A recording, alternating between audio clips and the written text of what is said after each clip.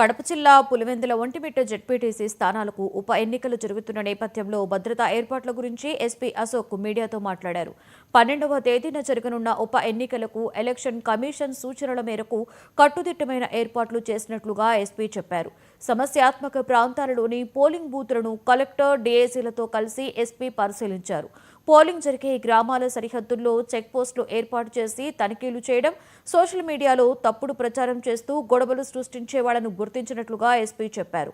అలాంటి వారికి ముందస్తుగా కౌన్సిలింగ్ ఇచ్చినట్లుగా ఎస్పీ వివరించారు. సెన్సిటివ్ ప్రాంతాలు, క్రిటికల్ ప్రాంతాలని విజిట్ చేసి అక్కడ ఉన్నటువంటి సౌకర్యాలు, ఆ రూట్లలో ఉండేటటువంటి ఇబ్బందుల్ని పర్యవేక్షించడం జరిగింది. దానికి సంబంధించినటువంటి కట్టుదిట్టమైనటువంటి భద్రతా ఏర్పాట్లు చేయడం జరుగుతుంది.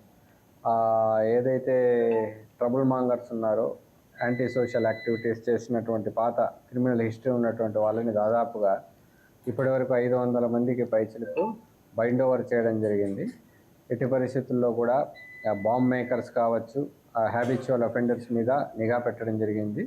చాలా ప్రాంతాల్లో సీసీ కెమెరాల ద్వారాను, డ్రోన్స్ ద్వారాను నిఘాని విస్తృతం చేయడం జరుగుతూ ఉంది. ఏవైనా సరే, ఎవరైనా ఎక్కడైనా గొడవలు చేయాలనుకున్నా అవన్నీ కూడా వీడియోగ్రఫీ టీమ్స్ ద్వారా రికార్డ్ చేయడం జరుగుతుంది.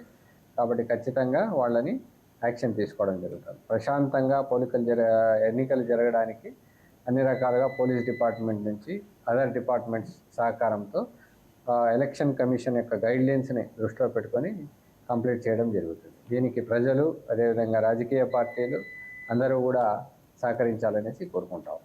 పులివెందులకు సంబంధించినటువంటి అన్ని ప్రాంతాలని సమస్యాత్మక ప్రాంతాల కిందనే గుర్తించడం జరిగింది. 9 లొకేషన్స్లో ఎలక్షన్స్ జరుగుతూ ఉన్నాయి. వాటన్నింటినీ కూడా ప్రత్యక్షంగా పరిశీలించడం జరిగింది. అదేవిధంగా ఒంటిమిట్టకు సంబంధించి ఒక 10 ప్రాంతాలని సమస్యాత్మక ప్రాంతాలుగా, క్రిటికల్ ప్రాంతాలుగా గుర్తించడం జరిగింది. వాటికి ఎక్స్ట్రా ఫోర్స్ని పెట్టడం.